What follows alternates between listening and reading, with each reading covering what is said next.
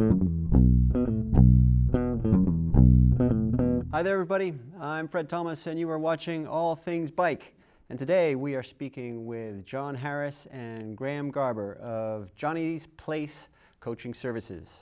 John, Graham, welcome to the show. Thanks a lot for having us, Fred. Absolutely. Thank you very much. Anytime, anytime. Well, give us first the background of your connection to cycling and a little bit of the racing career. Let's start with you, John. Yeah, so I started when I was like 13. My brother-in-law, he was a really cool guy, and so I was like, I want to hang out. And he said, well, he rode. He was a racing? He was okay, yep. Big racer, yeah. And so he's like, yeah, let's go out and ride, you know, after you mow my lawn.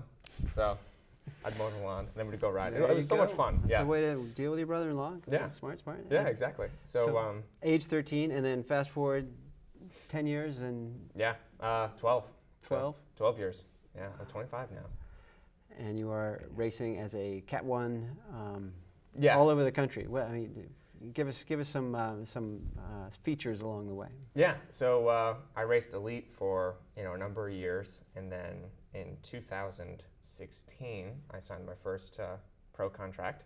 Actually, it was 2017. I had a really good year in 2016, but 2017 I went pro, and I got to race in Europe, and then I got to race in China, which was like really awesome. It's completely different.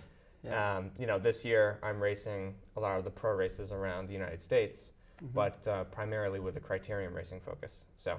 Wow. Yeah. Right. So, from mowing lawns so you can ride a bike to the pro circuit worldwide. Yeah. Turns out it's all the same. Well, we'll get back to that. Well, Graham, how about you? How did you get connected to cycling? So similar age to John, I was 12 years old, but I have a long-winded answer there. I went to a school in northern Vermont, a boarding school called Burke Mountain Academy. And the function of that school was for really the top ski racers in the US. They all went there, and the ambition there was to make a career in ski racing. So I went there at age 12 to high school. And one of the things that you had to do almost as part of your missions, there's a physical test day. So it was like doing a decathlon in a day. One of the tests was a 3,000 meter run, but one of the other tests was a time trial on a bicycle. Right. So whether I liked it or not, at age 12, I was on a bicycle pedaling as hard as I could. I think like the cutoff, even though I was the youngest kid in the school, I still had to average something like 25 miles per hour for this 5-mile time trial, which is a pretty big ask for a 12-year-old. Sure. And then that was kind of my first introduction to cycling, but thank goodness there was a math teacher there named John Funk. And we know John Funk. Great, yeah, everyone knows John Funk. John, we know you. Yeah. And so thank you, John Funk, because he loved cycling. Right. And so he kind of changed it for us. We had this competition in his math class. We'd see like who could derail him first, get him talking about cycling, because he loved it. And we'd get him talking about the Tour de France, get him talking about mountain biking, whatever. And I used to sit and watch the Tour de France videos with him over lunch, and that's what he'd do. During his lunch break, he'd watch Tour de France videos, and I distinctly remember him watching, I think it was one of the late 80s tours where Stephen Roche, he passes out because he's trying to retain the yellow jersey, passes out on a mountaintop finish, he gets rushed to the hospital, and John's just sitting there laughing. And you were hooked. And I was hooked, exactly. As a 12-year-old, you're like, wow. And how did you, exactly. I mean, it's so easy to get drawn into the drama. But then you went off and raced at the same level as John? Was that? So at that time in high school, and I should say that high school did produce some phenomenal bike racers. Amy Dombrowski, Al Anderson are like the two recent ones. But what I ended up doing, I was balancing the two sports. I was ski racing during the winter and bike racing during the summers. And I would say that John and I, because it's kind of been a theme of today's show, the word rad. Well, John and I are both familiar with this BMX movie called Rad, this 1980s kind of cheesy BMX movie. But no, it's not cheesy. I'll check it out. Okay. I'll check it out. But anyway, that's kind of how my foray into bike racing went. Right. In ski racing, we were the powerhouse, and we all had factory sponsors. Right. In bike racing, we're kind of the outcasts. So Harper Phillips, Ollie Goulet, Jos Husby. Anyway, these were all kids that were all in northern Vermont, and so we started bike racing, and that was our whole job, was to unseat all the factory kids. And we did quite well, though. I was 6th at nationals. Ollie ended up winning a World Cup, a Grundig Mountain World Cup. Wow, I mean, so that's, I mean, you've been in the presence of some real cycling legends, both, you know, as a youth and as an adult. How, I mean, just, you've done all this stuff with cycling, and now you've sort of synthesized it into a coaching service. And I'm sort of curious of, you know, I mean, I guess we know how that happened now, but what's the mission for Johnny's Place? How is it going to be different, and how has it been so far? So, how about you? We'll start with you, John. Well, you know, essentially, like a lot of cycling coaching services that are around today are very much internet-based, and there's not a lot of face time to do with, you know, your actual coach. Right. So initially, when we had set out, we were like, yeah, we actually really want to work with people, and not only with the face-to-face aspect, but less about, you know, so much of it is like numbers oriented, and you know that translates well to a lot of athletes. Right. They see that as progress, but one of the things about bike racing we all know is it's a very unique sport in a way. It's like the strongest guy doesn't always win. Right. You know, you don't hand in your parameter and say, oh, let's load up our data. You know, it's not like that at all. You need to actually race savvy, and you know, sometimes it's all about doing the bold move, you know? I mean, we watched that in Brussels-Kern, Kern-Brussels-Kern, that's what, you know. The classic. Yeah, Bob Youngles. He just 15K to go, you know? Right. Like, that's beautiful. And that's something that you feel is lost now in the sort of the existing model where it's, you know, do your drills and download the data. When really Johnny's Place was conceived, that was a lot of what we talked about, was that we looked at what was out there, and we were looking at coaches that were really remote coaching, just saying, pedal this hard, pedal this hard, pedal this hard. And you know what? If it goes well, it teaches you how to pedal really hard, but it doesn't teach you how to race a bike. And so the analogy we always fall back on is boxing. You have to know how to punch, but you also know how to counter punch and how to spar with someone. And those are all the tactics that will play out in a bike race, and so that's really, that's been our focus. We've worked with a lot of kind of new athletes, and we not only had to teach them how to ride a bike, but we had to teach them how to race. Well, tell us about the athletes that you work with now. Where are they from? Are they from Rhode Island primarily, or are they from all over? All over, but the one common denominator is they've all passed through New England, and more than anything, it's kind of these organic relationships have occurred where we've overlapped with them, we've talked with them, realized, oh, this person really needs someone to guide them and show them the ropes. I'd use Danielle Morshead as kind of an example, because she started racing in college. She was a crew rower. Prior to that, she already had a terrific engine. She just really didn't ride a bike. And she was quite skilled. She had ridden a unicycle, so her balance was good, but she had to learn how to race. I'm not sure I could ride a unicycle, but I'm not sure I could too, but those skills actually helped her. I'm sure it did, But if you look at someone like Danielle, well, we met her when she first started racing, and then 2 years later, she's signing her first pro contract. And there's a lot of learning that has to happen in those 2 years. And I'm not saying it's all done. She's still learning, but it takes a lot of effort, and that's what you wouldn't get with a traditional coaching program. Well, so that summarizes the comprehensive training that you talk about in your website, a sort of a digital as well as a human element. And that for us was kind of the impetus.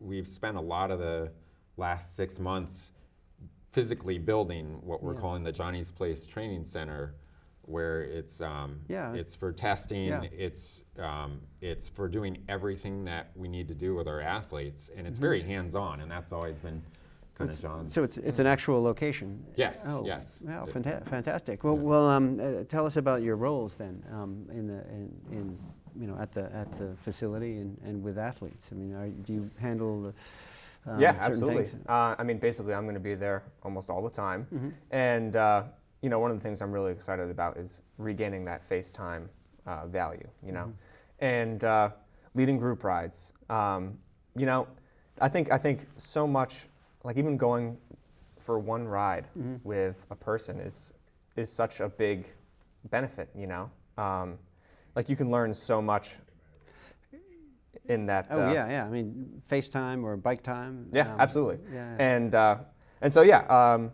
going to be there. The front lines of coaching, and what about? Are you going to be doing developing a program, sort of the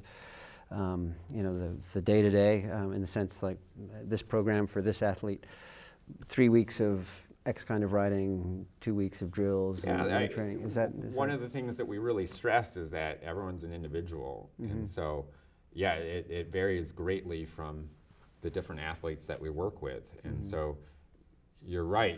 For a beginner athlete, they need a lot of what is commonly referred to as base. Yeah. They need to pedal their bike a lot. How about a master's athlete? How about someone like me, a 50-plus guy, comes in and says, all right, I've got to try and be able to get it to the next level. What kind of program would you guys come up with? Our usual approach, though, if it's someone like you who's clearly got a lot of physical talent and is already doing quite well, is to kind of figure out what your physical talents are, and then figure out how you can use those talents effectively in a race scenario. Right. If, let's say, you're an extremely good time trialist and you can sustain a power for X number of minutes, going back to the example that John was using about Bob Jungels winning KBK, it's okay, how do you get into that situation where you can make that race-winning move and use your strengths and exploit them? Yeah. So, God, I'd love to know. Well, maybe you got to come on down. Maybe and I see got to us. come on down. So, can you tell us a little bit more about the actual location, because that's something new, right? So yes, that's something very new. So Baker Street in East Providence. Right. The building was actually built in the 1940s. So there's high ceilings, a lot of natural light in there. Great. And it's a really nice space. We kind of wanted that. It's like if someone's doing intervals with us inside, we don't want them to feel like they're in a dungeon. We want to have them in a really well-ventilated, well-lit space. That's great. And so whatever testing that happens will all be there, and that's where the rides start from. Yeah, absolutely. That's great. And so you're how long has Johnny's Place been operating then? It's been around for quite a while. I mean, whether it's been without a physical location. Yeah. Well, the reality is that it's really not that old. We're talking about it. It was conceived when John and I were down in Austin, Texas, and so this is when John was launching his bid to get a pro contract, and it was February. We were down there. It was essentially as a training camp, and we were talking about really all that went into bike racing and how it was more than just pedaling, and we were looking at kind of John's season in particular and figuring out what he needed to do in order to get his first pro contract. And that's really when it was conceived, because I would call it a partnership. It wasn't like I was telling John what he needed to do. It was more John saying, how about this, how about this? And I was saying, well, here's my 10 cents. Here's what I think you need to do. And we realized that that's just kind of how we work together, that we kind of have this back and forth. Yeah. And we were talking about other athletes and how that was kind of lacking. And so, I told John I was going to show the shirt, but it's that signed John Harris shirt that was made so popular that year. But it was after it all. What was that all about? Yeah, who was trying? So I will boast about John's season. It was a pretty phenomenal season, 2016. 2016. Well, I remember being in the break at the end of. Tokaniki. Well, no, it was someone else. It was the one that in Massachusetts, Tour of the Hill Towns, right? Oh yes. Yep. And it was very difficult to keep up with him. So, and of course, I wasn't at the finish line. I mean, I don't know how it finished, but you won, and Barely. Well, yeah, well, great, yeah. I mean, from where I was standing. Yeah. But was that sort of the moment that you guys were talking and signed John Harris? That was way going? before. We talked way before that. Okay. That was more like the culmination of a lot of hard work. A lot of hard work. Working on. But then, so where did the sign John Harris come in? Oh, so it was really based on John's performance in the USA Crit Series. So Athens Twilight is one of those known entities in the sport, and it's something that's really a common denominator for all pro teams. Every pro team director out there knows what Athens Twilight is, and for John to get in the winning break, lap the field, finish in the top 7 of that event, that really... Top 10. Top 10, okay. Yeah. Anyway, in my mind, I mean, you look at the mailings that go out from teams like United Healthcare. If they place riders in the top 10, they let you know about it. Sure. Anyway, at that point, I said, John, you've kind of proven yourself. And then every USA Crit race after that, John was always an instigator. I mean, he was in the brakes, starting the brakes, proving that he really was one of the absolute best crit racers in the country. And I said, you have to get signed at this point. And that's when I said, I'm just going to start the hashtag Sign John Harris, make some T-shirts and get the word out there. Yeah. And it did. And it worked. And it worked. Yeah. Yeah. Well, here's something I always want to ask a professional cyclist is of course about all the races. But was there a moment in some race that really turned into a golden rule for you, something that you learned during a race that became something that just always sticks with you, whether it's in training or racing? I mean, sort of a basic example is always try to get to the front. But I mean, have there been moments like that you have sort of pass on to your existing athletes? Yeah, absolutely. Pretty much it's. You're always like striving for consciousness, which is pretty difficult in bike racing, like we all know. I mean, it's hard to stay focused. Yeah, it's really hard to stay focused. Like some people, like they deal with the physical pain by turning off their brain, but you don't necessarily make such good decisions in that state, right? Yeah. So point. I've always noticed that a lot of my best races happen when, like, I find myself really involved in the gamesmanship, and you're in the breakaway move and you're really assessing every one of your situations. You know everyone's strengths. And I think for me that was Purgatory Road Race, where I was completely outgunned by like all the riders in the move I was a part of. But I had noticed that none of my fellow breakaway mates were playing some of their strongest cards. So coming into the final hill, I just threw what I had down and, gave it a full effort. And I was lucky enough to pull off the win there. Yeah. But, for a golden rule, it's, always try to, and actually, I think my friend Dave Hoyle kind of gave me this when I was much younger, is always try to take control of the factors in your control. Right. So like anything that you can control, like any little bit that you can sway in your favor, go for it. Go for it. Yeah. No, that's great. And also, it sounds like you were reading the competition very well, right? I mean, you could tell what these guys were doing, and it worked out. That was a great victory. I think I also remember being part way back on that one, and that's a tough hill, 7 times around.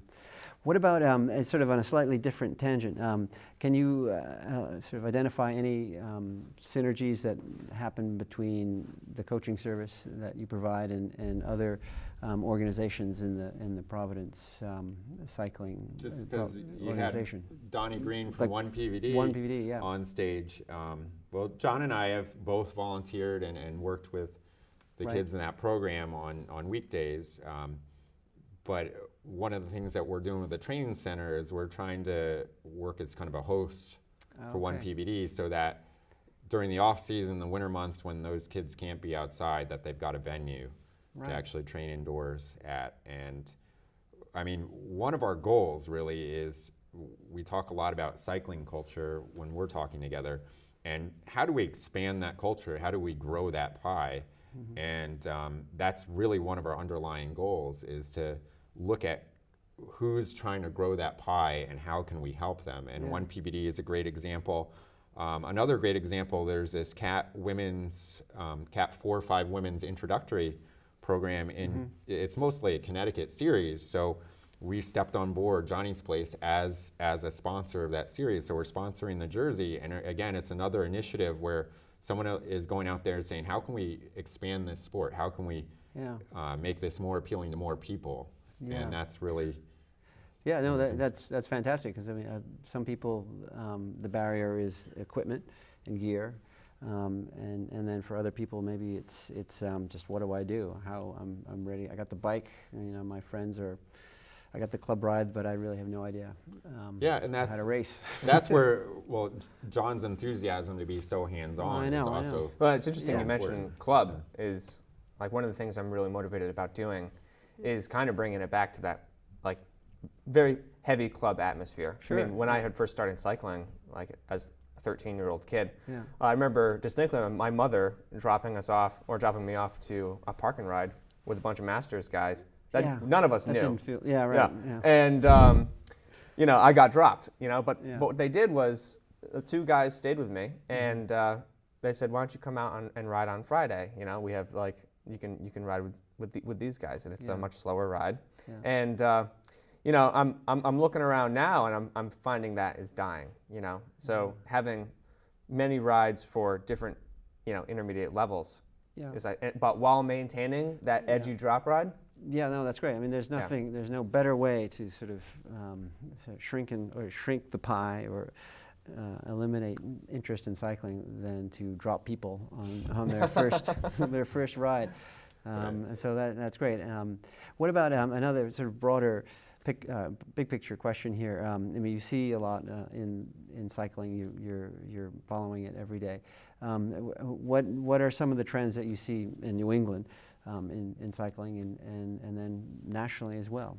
Well, I'll tell this only because I tell John about this, because I raced in 3 different decades, and I raced 3 different continents, and I've seen the sport kind of evolve. And I always tell John about like the good old days, the early 2000s and the Lance Armstrong era, where it really felt like cycling wasn't just a fringe sport at that point. There was actually a common acceptance. People knew something about the sport. You could talk to a layperson about it.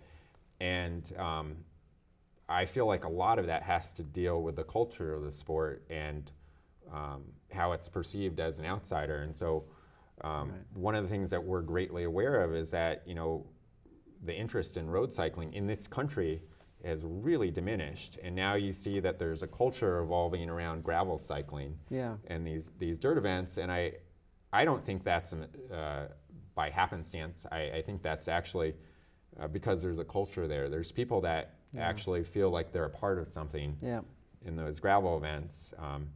And that's essential. I mean, to make people feel included is the only way that the sport is going to I guess expand further from where it is.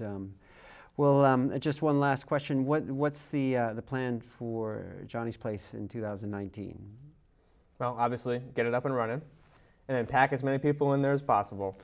All right, and you've got website and social media and all that up and running. Can people find you that way? People can find us on Facebook, Instagram. We're pretty active on Instagram. Yeah, and then we do have a website, but we're still improving on that one. Well, and that's all right. That's all right. It's great. It sounds like a great start, and it's a valuable service that you're providing. And thanks so much for coming down and telling us about it. Thank you. I hope you actually make it down in person. I have no excuses now. Okay. All right, everybody. That was John Harris and Graham Garber of Johnny's Place Coaching Services. You can see them on Facebook. They've got a website, and you can reach out to them directly through those platforms. That's all we've got time for right now. Thanks so much for watching. We will talk to you again soon. All Things Bike is brought to you by FitWorks, Rider First Bike Fitting, Rider Matched Bike Sales. Locations in Peabody, Massachusetts, Waitsfield, Vermont, and Ridgefield Park, New Jersey. And Frame and Wheel, eBay selling services for cyclists, bike shops, and bicycle companies. Time, space, cash. Pick 3.